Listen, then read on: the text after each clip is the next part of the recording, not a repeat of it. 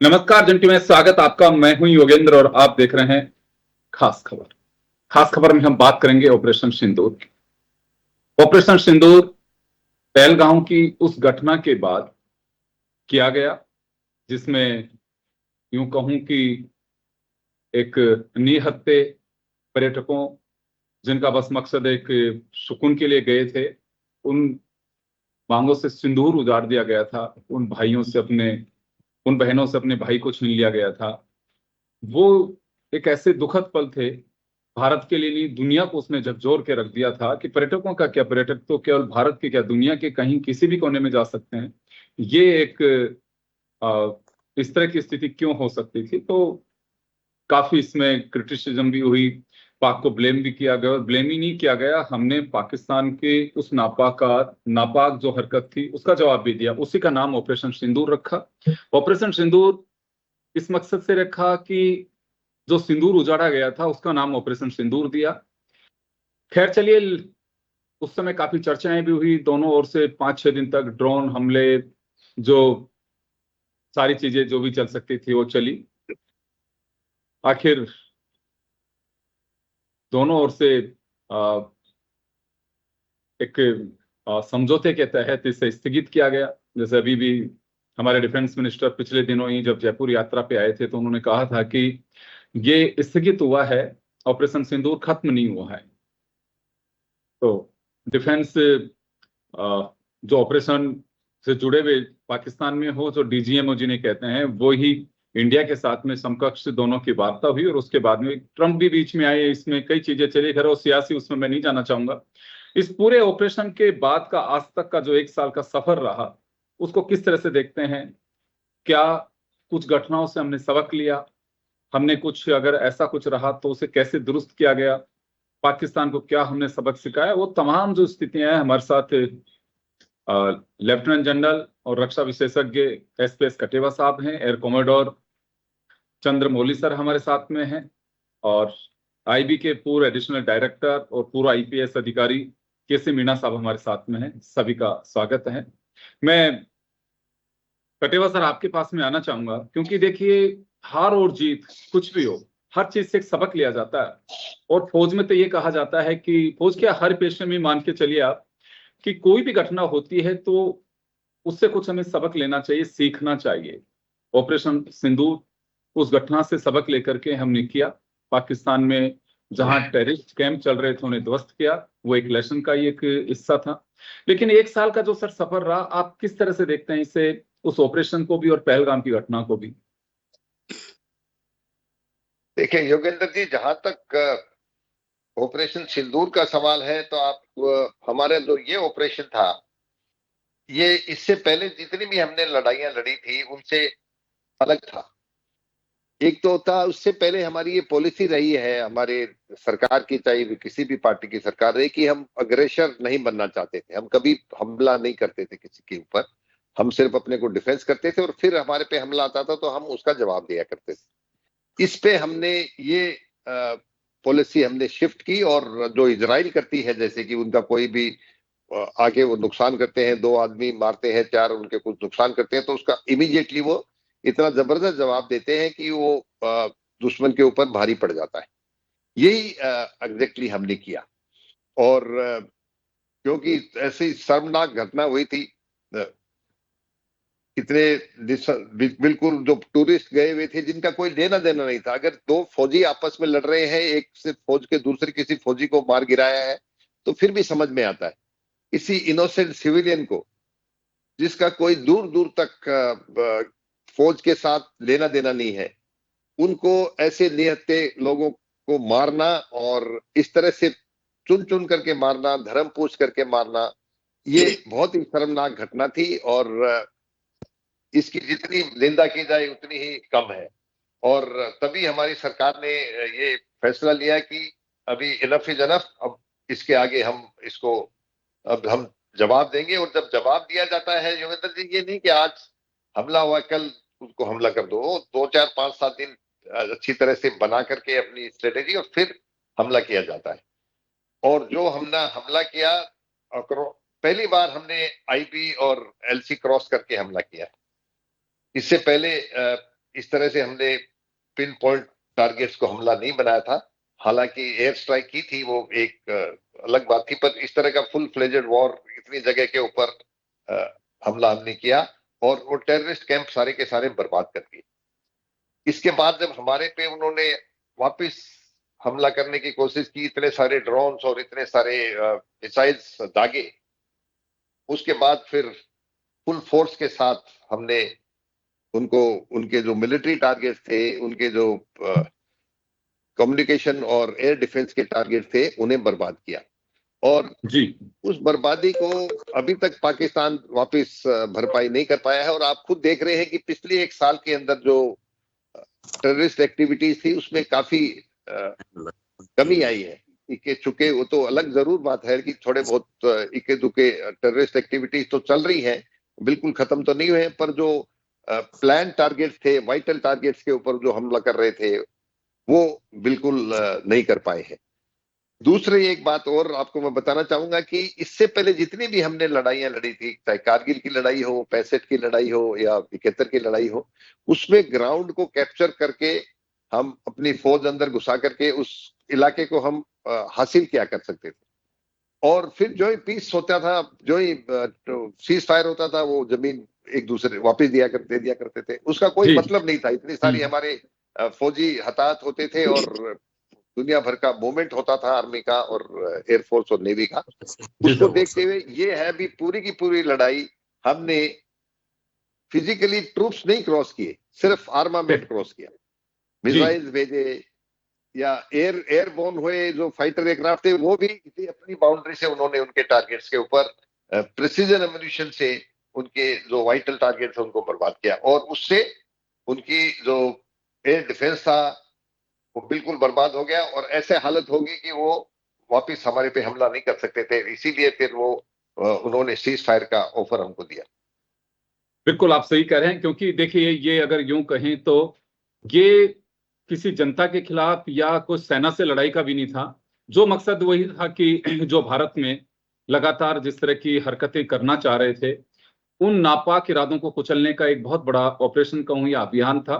9 ठिकानों में जहां आतंकी कैंप चल रहे थे, उनको ध्वस्त किया गया और ये ऑपरेशन सफल रहा। इसी नाम से इसे ऑपरेशन सिंदूर दिया गया। और 10 मई की शाम 5 बजे इसे सीज फायर के लिए ऐलान हुआ। इस बीच इधर से ड्रोन, उधर से ड्रोन, ये सब चीजें चलती रही। मैं, चलिए चंद्रमौली सर हमारे साथ में जुड़े हैं, उनका रुख करना चाहूंगा। सर, ये एक ऐसी, इसे मैं लड़ाई नहीं कहूंगा, क्योंकि हिंदुस्तान ने मकसद साफ कर दिया था कि केवल हमारा मकसद टेररिस्ट कैंप को ध्वस्त करना है। ना हम किसी सिविलियन को किसी तरह से, ना किसी सेना के खिलाफ हमारी लड़ाई है, ना किसी देश के खिलाफ लड़ाई है। तो एक अलग तरह से ये ऑपरेशन था, ये माना जा सकता है, क्योंकि आतंकियों ने हरकत की और उनको जो जवाब देना बहुत जरूरी था। जी हाँ, ये तो जनरल साहब ने बता दिया कि आतंकी ने क्या किया और हमने क्यों ये किया, ये बात हो जी चुकी है। जी लेकिन इस तरह से आपने इसकी भूमिका बनाई थी कि 1 साल हो चुका है, हमने क्या सीखा है इसके बाद में, विद इन जी 1 ईयर जो लास्ट ईयर हम क्या कर रहे हैं। हमने ऑपरेशन तो कर दिया है, ऑपरेशन तो चालू आपने बताया, लेकिन अब क्या कर रहे हैं हम लोग, क्यों सीख रहे हैं, क्या सीख रहे हैं। तो मैं आपको, आपके दर्शकों के लिए मैं 2-4-5 पॉइंट बताऊंगा कि जी हमने क्या सीखा मिलिट्रीली, ठीक है ना। बाकी तो जनरल साहब ने बता ही दिया कि सिंदूर उजड़ गया ऑल दैट। तो सबसे पहली बात है कि ड्रोन की जो वैल्यू हमने यूक्रेन और रशिया में देखी थी, लेकिन हमने खुद फील की थी पहली बार ऑफ सिंदूर के अंदर। और आपको बताऊं कि 7 और 8 मई की रात को मिडनाइट के पास में 800 ड्रोन्स पाकिस्तान ने हमारे ऊपर लॉन्च किए थे, 800। एंड अपनी किस्मत, अपनी सेना की तैयारी और अपने इक्विपमेंट को देख करके आप रिजल्ट देखिए कि ज्यादातर ड्रोन 800 ड्रोन, ज्यादातर ड्रोन मार दिए गए थे या वो खुद अपनी जगह कहीं जाके गिर गए थे। 1-2 ड्रोन किसी झोपड़ी में गिरा, कहीं पे कुछ हुआ, बाकी कोई नुकसान हमारे को नहीं हुआ है। तो पहली बात हमने सीखी है कि ड्रोन में पावर होती है, लेकिन ड्रोन को असिमेट्री नहीं होना चाहिए। जो हमने अब सीख रहे हैं ईरान वॉर से कि $3000 का ड्रोन के लिए $3 मिलियन का मिसाइल लॉन्च कर रहे हैं अमेरिका इजराइल वाले, वो असिमेट्री हो चुकी है। तो हमने अपना direct energy weapon DEW develop किए हैं, सबने डेवलप किए हुए हैं, हमने भी डेवलप किए हुए हैं, वो लेजर टाइप का होता है। तो छोटे ड्रोन, खूब सारे ड्रोन का पूरा स्वाम आ रहा है, जिसको मधुमक्खी का छत्ता आ रहा है, उसके लिए हमको लेजर मार देना ठीक है, बनिस्पत की कोई मिसाइल चलाने के लिए, ये हमने सीखा है। दूसरी बात, S-400 ने एक कमाल दिखाया हमारे को, और हमारे पास 5 में से 3 ही आए थे। तो अब गवर्नमेंट ने रशिया पे प्रेशर डाला है, रशिया भी हमारा दोस्त होने के नाते उन्होंने कहा है कि अच्छा हम 2 और हम दे देंगे अगले 6 महीने के अंदर अंदर, और जो मिसाइल आपके कंज्यूम हो गया ऑफ सिंदूर के अंदर, उसकी भी हम भरपाई आपको कर देंगे, हम आपको भेज देंगे, हमारे पास में वो आ जाएगा, वो प्रूव किया हुआ। दूसरी चीज, सर, जब हम बात तीसरी कर रहे हैं उसके चीज, एक दिन पहले ही सरकार ने शायद 1 लाख करोड़ के कुछ रसिया के साथ में डील की भी पेशकश चल रही है, शायद मुझे लगता है फाइनल हो गई कि 5 स्क्वाड्रन और S-400 के देने की तैयारी हुई है, और शायद उस पर फाइनल एग्रीमेंट भी हो गया है। हाँ, फिलहाल तो अब पहले 5 बनाएंगे, 3 और 2 और आ जाएंगे तो 5 हो जाएंगे, और फिर 5 की तैयार हो जाएगी। तीसरी चीज, सैटेलाइट्स के ऊपर हमने वो शुरू से 50 साल से हम जानते हैं सैटेलाइट्स की इंपॉर्टेंस। लेकिन आपको मैं बता दूं कि चाइना के पास में 4000 सैटेलाइट्स हैं, जिसमें से ऑलमोस्ट 450 सैटेलाइट सर्वेलेंस सैटेलाइट्स है, क्योंकि वो अकेला कंट्री अपने आप को जीता है। उसने मदद की थी पाकिस्तान की, इसलिए उनके टारगेट्स, हमारे भारत के टारगेट उनको किसके मिल रहे थे कि उनके चाइना के सैटेलाइट ने लाइव मदद की थी। तो मैं आपको इसकी इंपॉर्टेंस बता दूं कि हमारे पास में सर्वेलेंस के नाम पे सिर्फ 6 सैटेलाइट्स हैं, 400 कुछ सैटेलाइट, 450 चाइना के पास, हमारे पास 6 सैटेलाइट्स है। इसका यह मतलब नहीं कि 6 पे निर्भर है, बाकी कंट्रीज के सैटेलाइट्स भी हमारे ऊपर से जाते हैं, उनसे हमारे लिंक होते हैं। आपको मैं दर्शकों के लिए 1 मिनट में बताता हूं आपको, मैंने आपके लिए एक बहुत अच्छा मॉडल बनाया हुआ है। देखिए, ये मॉडल बनाया हुआ है, ये समझ लो कि ये भारत है, और ये ऊपर का चाइना वगैरह है, ये ऑस्ट्रेलिया वगैरह है। तो जब सैटेलाइट जो घूमता है, वो देखो, लो अर्थ ऑर्बिट सैटेलाइट से जो सैटेलाइट घूमता है, लेटर से वो ऑस्ट्रेलिया की तरफ जा रहा है, तो ऑस्ट्रेलिया हमारी से फोटो खिंचवाने की परमिशन ले लेगा, फिर आएगा हमारे नॉर्थ ईस्ट चाइना के ऊपर जा रहा है तो हम अपनी फोटो ले लेंगे, नेक्स्ट टाइम वो पाकिस्तान के ऊपर चला जाएगा, नेक्स्ट टाइम वो यूएई की, फिर अमेरिका, वो इंग्लैंड के ऊपर चला जाएगा। तो ये लोग अपनी फोटो, हमारे सैटेलाइट से उनकी फोटो ले लेते हैं, और जब हमारा सैटेलाइट चला जाता है, उनके सैटेलाइट हमारे ऊपर होते हैं। तो जब जैसे इजराइल का सैटेलाइट आया हुआ है, तो जब हमारे ऊपर आएगा सैटेलाइट, हम कहेंगे भाई हमको फोटो लेनी है, तो हम उसको पैसा देके फोटो ले लेते हैं, वो हमको पैसा देके, म्यूचुअल एग्रीमेंट होता है, तो सैटेलाइट घूमता रहता है, अर्थ ऐसे घूमती रहती है। तो आपको ये समझाने के लिए क्या हुआ है कि हमारे 6 सैटेलाइट हैं, लेकिन हमारा, क्योंकि चाइना अकेला कंट्री हो गया है, हम लोगों से अच्छे जुड़े हुए हैं, तो उनके सैटेलाइट से हम फोटो ले लेते हैं। तो सैटेलाइट की इंपॉर्टेंस हमको बहुत ज्यादा पता लगी हुई है। तीसरी चीज, इंटेलिजेंस की पता लगी। इंटेलिजेंस हमेशा इंपॉर्टेंट होता है कि लड़ाई में इंटेलिजेंस होनी चाहिए। आपको बताऊं कि अभी ईरान ने अमेरिका के एक अवेक्स को मारा, वो मिसाइल डायरेक्टली उसकी कमर के ऊपर जाके गिरा, वो 5000 का अवेक्स है, उसको तोड़ गिराया। ऐसी इंटेलिजेंस होना जरूरी है। और लास्ट में मैं आपको बताऊं कि अब उस टाइम पे पता लगा था कारगिल में क्या होता कि हमारी नेवी जब गई थी, तो पाकिस्तान, हमारा ये गुजरात का एंड जैसे पाकिस्तान ऐसे हो जाता है और फ्लैट हो जाता है, तो उसको बाहर आने के लिए एक तरह से वो भी छोटा चौक पॉइंट है, फुल चौक पॉइंट नहीं है। हमारी नेवी गई थी वहां पे, तब उन्होंने कहा था भैया माफ करो, हमारी सप्लाई वगैरह सब बंद कर दी थी, हो जाएगी। तो वो कारगिल का one of the reason, America कहना one of the reason was deescalate का, हमने ब्लॉकेट लगा दिया था। क्यों ब्लॉक हो सका? हमारी कंट्री तो सब तरफ खुली हुई है, इधर से खुली, इधर साउथ में खुली हुई है, उनकी कंट्री। इसी तरह से अभी भी उन्होंने किया था ऑप सिंदूर में, हमारी नेवी ने ब्लॉकेट शुरू किया, तो उनका भैया ठीक है, उनको भी टेंशन होती है। तो हमने सीखा है कि अब जो हम अंडमान निकोबार में कर रहे हैं, ये एक इंपॉर्टेंट चीज है कि हम भी चौक पॉइंट ढूंढ रहे हैं। हमारा वहां पे जब हॉर्मूज अभी पता लग रहा है, उसके पहले संदूर के अंदर हमको पाकिस्तान को लग रहा था, लेकिन आफ्टर हॉर्मूज हमको लग रहा है कि पूरी दुनिया की इकोनॉमी हिलानी है, तो मलक्का स्टेट को पकड़ लो, वहां पे अपना अंडमान में अपना बेस बना दो, उसकी तैयारी चल रही है। तो ये कुछ लेसन हमने सीखे 1 साल के अंदर, इसकी तैयारी चल रही है। हम 52 सैटेलाइट लॉन्च करने वाले हैं, पूरा कॉन्स्टलेशन लॉन्च करने वाले हैं हमारे लिए। तो ये एक अच्छी इंपॉर्टेंस बात है। तो आपके दर्शकों को ये पता लगना चाहिए कि 1 साल के पहले जो हुआ था ऑप सिंदूर में, एक्शन 3-4 दिन का हुआ था। अब जो 1 साल के अंदर हमने तैयारी की है, वो उससे भी ऊंची तैयारी है। टेक्नोलॉजिकल वॉर होगा, जैसे जनरल साहब ने बताया कि वो लैंड जाकर के ग्रैब करते थे, सेना खड़ी हो जाती थी। आजकल वो नहीं है, आजकल इलेक्ट्रॉनिकली उसको साइबर उसको तोड़ सकते हैं और इसी तरह से हम लोग अब तो सर वेपन से बॉर्डर क्रॉस करते हैं, अभी फौज को जाने की, पैदल उसको जाने की आवश्यकता नहीं है क्योंकि टेक्नोलॉजी का युद्ध है। और मुझे लगता है कि कारगिल के बाद में पाकिस्तान से सीधा जो हमारा मुकाबला रहा वो ये रहा, और इसमें बहुत अंतर है उस समय में और अब में, काफी कुछ बदलाव भी आ गया। और एक साल की बात करें तो टेक्नोलॉजी वाइज, क्योंकि उस समय चाइना और तुर्की के जिस तरह से ड्रोन्स थे, और एक ड्रोन्स का ही सामने होते होते, क्योंकि ड्रोन्स का अटैक और उसका मुकाबला करना, फिर अपनी ओर से ड्रोन्स देना, ये एक अपनी बड़ी बात की एक आपने इनपुट दिया अभी कि इंटेलिजेंस का बहुत इंपॉर्टेंट काम है। तो हमारे साथ आईबी के पूर्व एडिशनल डायरेक्टर के.सी. मीना साहब हैं। लंबे समय तक आईबी में इन्होंने अपनी सेवाएं दी हैं। सर, इंटेलिजेंस का बहुत इंपॉर्टेंट पार्ट है, और एक साल में आपको क्या लगता है सर कि हमने किन पार्ट्स पे और हमने एक्सरसाइज की होगी या फिर करनी चाहिए अगर नहीं की है तो? अभी जनरल साहब ने और एयर कमांडर साहब ने जो डिटेल बताई ऑपरेशन सिंदूर के बारे में, एक्चुअली पाकिस्तान जो है, जब जम्मू कश्मीर में 5 अगस्त 2019 को जो धारा 370 खत्म किया गया, उससे वो बौखलाया हुआ था कि अब जो है हम पाकिस्तान जो है इसमें जम्मू कश्मीर में उसके एक्टिविटीज कुछ नहीं कर पाएगा।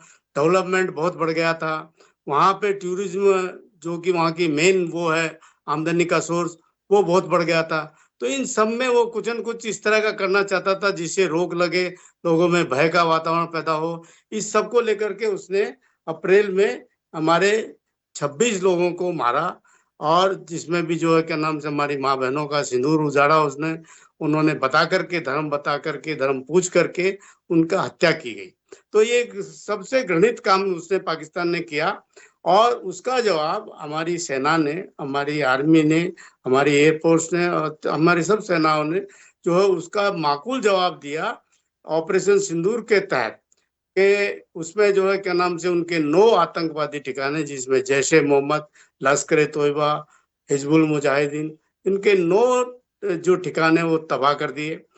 11 इनकी जो एयर बेसेज हैं, और जिसमें इम्पोर्टेंट नूर खान वगैरह हैं, वो हमारी ब्रह्मोस मिसाइल, उसके द्वारा आर्मी ने जो उनको सटीक पिन पॉइंट जो टारगेट किया, उससे वो बौखला गए। और आपको याद होगा कि रात के 2:30 बजे जनरल जो उनका फील्ड मार्शल मुनीर है, वो प्रधानमंत्री को 2:30 बजे रात को बोलता है, घबरा गए थे वो पूरी तरह से। तो इस तरह से माकूल जवाब हमारी सेनाओं ने दिया। और ये इसके बाद जो हमें और इम्प्रूवमेंट करना था इंटेलिजेंस पॉइंट ऑफ व्यू से, उसमें बहुत इंटेलिजेंस पॉइंट ऑफ व्यू से, हथियारों के हिसाब से बहुत सुधार किया गया, बहुत इम्प्रूवमेंट किया गया।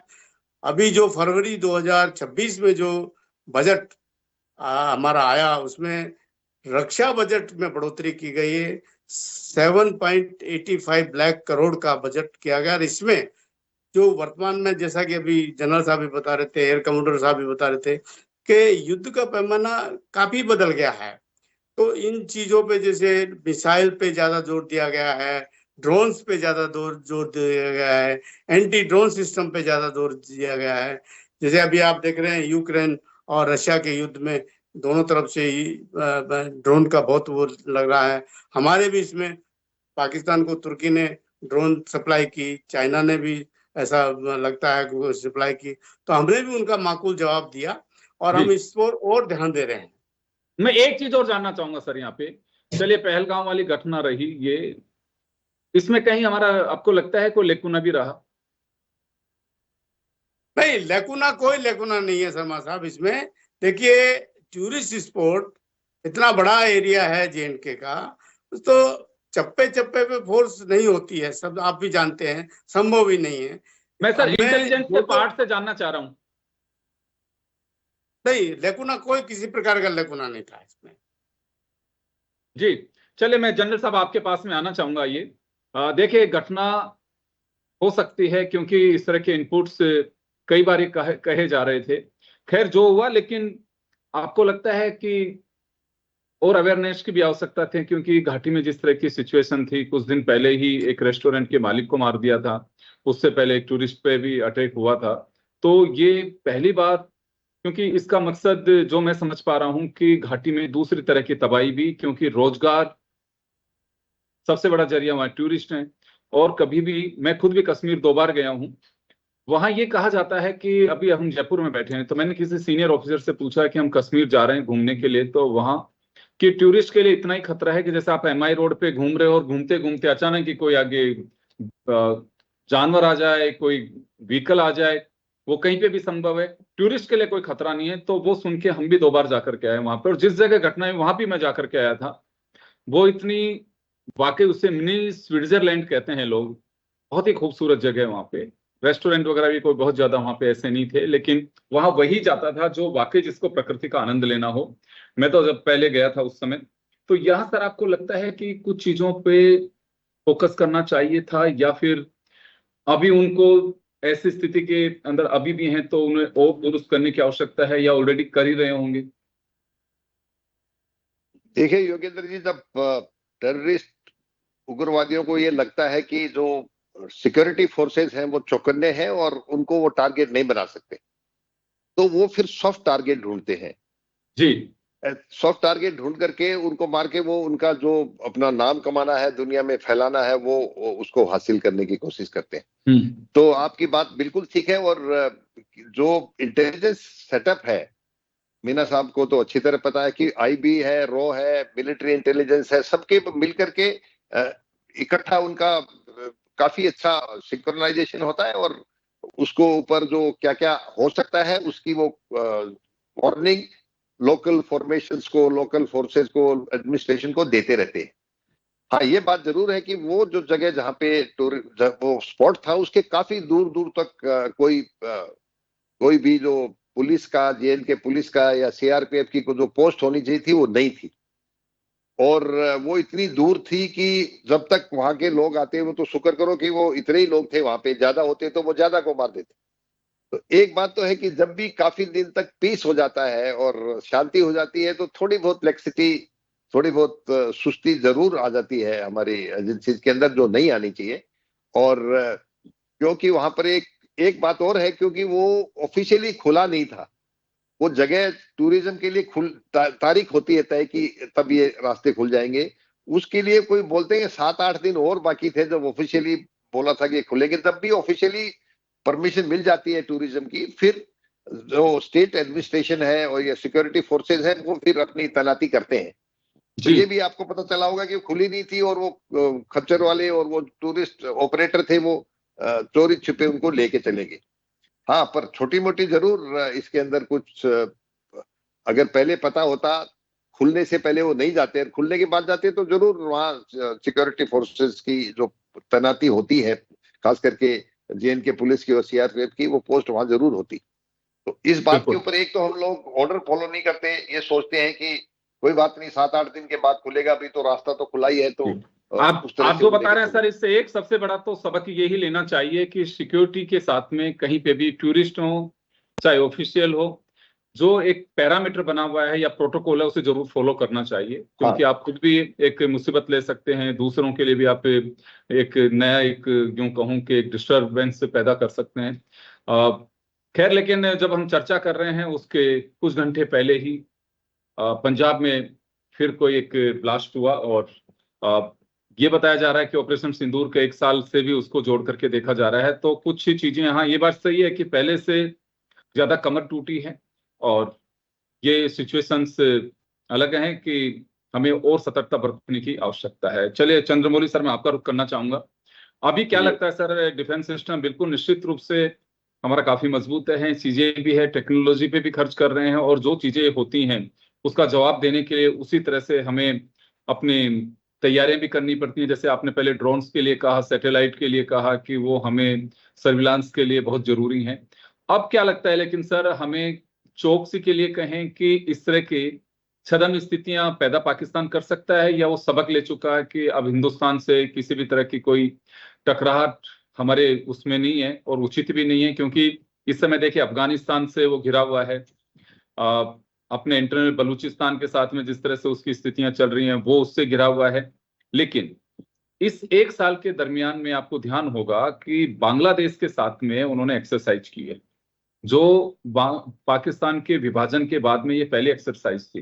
तो कुछ चैलेंजेस हमारे सामने हैं सर। जी हाँ, आप पहले तो मैंने पिछली बार भी डिबेट में कहा था और अभी भी कह रहा हूँ कि अगर आप सोचते हैं कि पाकिस्तान ने सबक लिया और वो चुप हो जाएगा, कभी ये पॉसिबल नहीं है। चाहे वो 2 महीने रुके, चाहे 2 साल रुके, चाहे 10 साल रुके, लेकिन वो खुराफाती है, उसकी जनता चाहती है, उसकी जो बायलॉज़ लिखे हुए उसके अंदर कि हमको 71 का बदला लेना, हमको ये करना, तो वो चुप नहीं रहेगा, वो करेगा।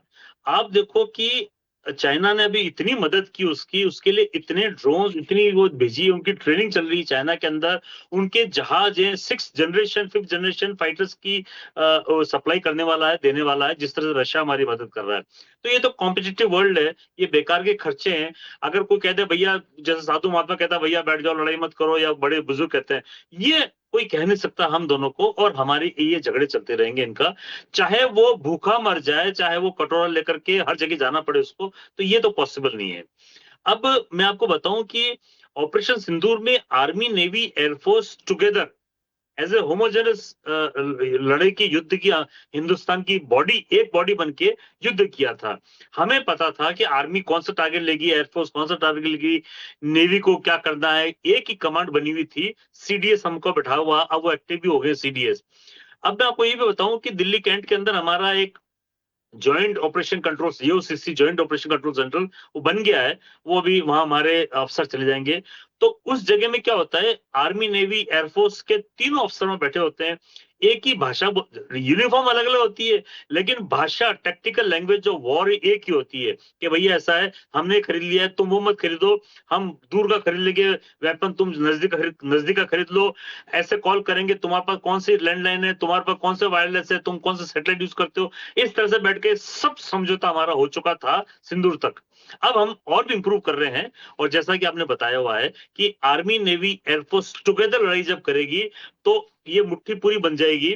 और हमारी जो ताकत है वो पहले आर्मी, नेवी, एयरफोर्स 31 की लड़ाई या 65 की लड़ाई में अलग अलग हम लोग थे, पता ही नहीं चलता था आर्मी क्या कर रही है, एयरफोर्स को कोई कब मांग रहा है। सिंदूर में ऐसा नहीं हुआ है। अब और भी हम तगड़े नजदीक होके बैठ जाएंगे। तो ये आपके जी। लिए बता दूं मैं कि जीओसीसी बन रहा है, जॉइंट ऑपरेशन कंट्रोल सेंटर, इसमें भारत को बहुत फायदा होगा।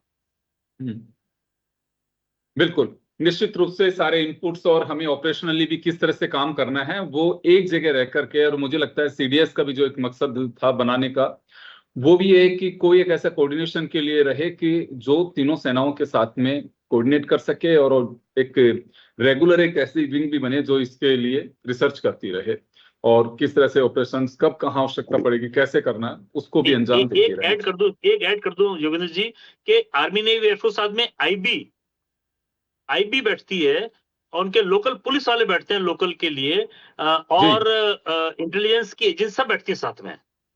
जी चलिए अभी मीना साहब आपके पास में आना चाहूंगा मैं। मीना साहब एक चीज सर, समय थोड़ा कम है, मैं कटेवा सर लास्ट में समय बचता आता हूँ, 1 मिनट के लिए मैं पहले मीना सर के पास में जाना चाहूंगा। सर मैं आपसे जानना चाहूंगा, पाकिस्तान में 3 तरह की सत्ताएं हैं सर। सेना अपनी तरह से चलाती हो, कभी तख्ता पलट भी कर सकते हैं, कट्टरपंथियों का अपना एक दबदबा है, और जो रूलिंग पार्टी जो भी चुनाव जीत करके आती है डेमोक्रेटिक सिस्टम में, वो काफी बौनी रहती है, क्योंकि इनके साथ में कट्टरपंथियों का भी अपना एक वो है, वो पाकिस्तान के लिए कई बार खुद भी सिरदर्द बनते हैं। तो वहां सर इंटेलिजेंस के लिए काफी ये आपको लगता है कि घुसपैठिए हैं, वो कट्टरपंथियों के माध्यम से आते हैं, कई बार सेना के जो हैं उनको ट्रेनिंग दे करके उन्हें भी। तो यहाँ जम्मू कश्मीर के साथ साथ बांग्लादेश की जो मैं एक्सरसाइज का भी जिक्र कर रहा था, और कुछ अभी चैलेंजेस हमारे सामने रहेंगे सर, कि ये रूट बदल सकते हैं। जैसे पिछले दिनों मुझे हमने कुछ रिपोर्ट्स में पता लगा कि वाया नेपाल या म्यांमार और दूसरे रूट्स को भी अभी कोई जरूरी नहीं इसी रूट्स हैं, तो यहाँ में और सतर्कता की आवश्यकता है सर। शेर शर्मा जी, जैसा एयर कमोडोर साहब ने कहा, मैं सहमत हूँ। पाकिस्तान अपनी इस हरकत को कभी नहीं छोड़ेगा। महीने, 2 महीने, 5 महीने, 6 महीने बाद ये करेगा। जैसे वहां पे हमें क्या सर, लश्कर यहाँ के अलावा हमारे इनपुट्स की जो टीम है या लेने के लिए हमें जो भी आपका अपना पैटर्न रहता होगा, मैं उसको डिस्क्लोज भी नहीं करना चाहता, लेकिन हमें रूट लाइन थोड़ी बदलने के लिए और एक्सरसाइज करने की आवश्यकता है। नेचुरली हमें इस बॉर्डर पे तो ध्यान रखना ही है। पाकिस्तान के साथ जो है एक्टिविटीज उसकी है, उसको ध्यान रखना ही है। साथ में हल्के में नहीं लेना है बांग्लादेश की भी, उसको भी हमें ध्यान में रखना है, क्योंकि हमें तो खतरा पाकिस्तान से ज्यादा है, तो बांग्लादेश से भी वर्तमान समय में ज्यादा नहीं है लेकिन कम है जरूर, तो इसलिए उसको भी हमें ध्यान में रखना जरूरी है। और लश्कर तोयबा ये जो पाकिस्तान के जो आतंकवादी संगठन है, ये इनको छोड़ नहीं सकता, ये तो पार्ट ऑफ सिस्टम हो गया इनका। जैसे आपका ईरान ने जो आपका इधर हिजबुल्लाह को लेबनान में डेवलप किया है, हमास को उसमें फिलिस्तीन में डेवलप किया है, इस तरह से हम ये पार्ट हो गया और इनको ये सपोर्ट करते हैं। जैसा भी अभी आतंकवादी ठिकाने जब भारत ने सेनाओं ने नष्ट कर दिए, गवर्नमेंट ने उनको देकर के वापस पुनर्निर्माण करवाया उनका, तो ये इनको छोड़ नहीं सकते। तो इस चीज को हमें ध्यान में रखना है। बिल्कुल, मैं माफी चाहूंगा, समय का अभाव है। मैं 30 सेकंड के लिए, जनरल साहब कुछ कहना चाह रहे हैं। हाँ, मैं ये बताने की कोशिश करता हूँ योगेंद्र जी, जैसे चंद्रमौली साहब ने बताया था, जॉइंटनेस के लिए हर एक मॉडर्न आर्मी में सब जगह थिएटर कमांड्स है।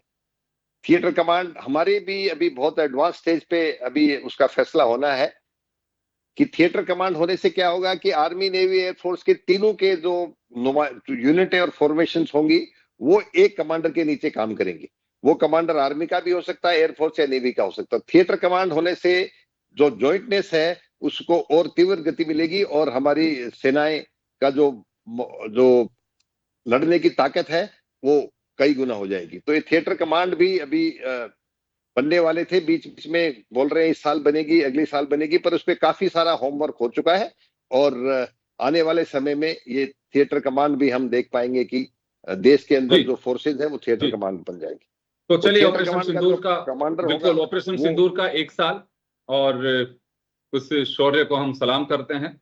साथ ही सबसे बड़ी बात यह है कि जयपुर में पहली बार कमांडर्स कॉन्फ्रेंस इस वर्षगांठ के साथ ही चुनी है। हालांकि एक रूटीन सेना की प्रक्रिया मानी जाती है। तीनों सेनाओं के कमांडर्स यहाँ रहेंगे। राजनाथ सिंह यहाँ पे उन्होंने चुना 1 साल के लिए और काफी ये गौरवमयी इतिहास रहा ये पूरा, अगर इसकी हम बात करें। लेकिन हाँ, चैलेंजेज हैं वो खत्म नहीं हुए हैं, क्योंकि वहां पे अलग तरह के टैक्स अपनाते हैं। वो आतंकियों को किस तरह से तैयार करते हैं और उन्हें उनका ब्रेन वॉश करते हैं।